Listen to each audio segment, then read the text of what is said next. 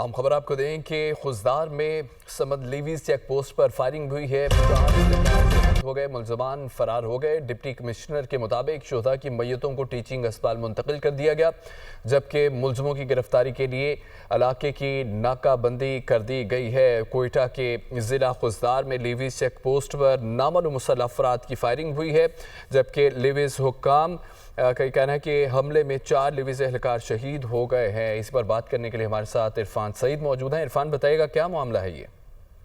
جی بالکل، یہ بلوچستان کا علاقہ ضلع خزدار ہے، جس کے علاقہ نال میں نامعلوم مسلح افراد نے لیویز چیک پوسٹ پر فائرنگ کی، جس کے نتیجے میں 4 لیویز اہلکار جاں بحق ہوئے۔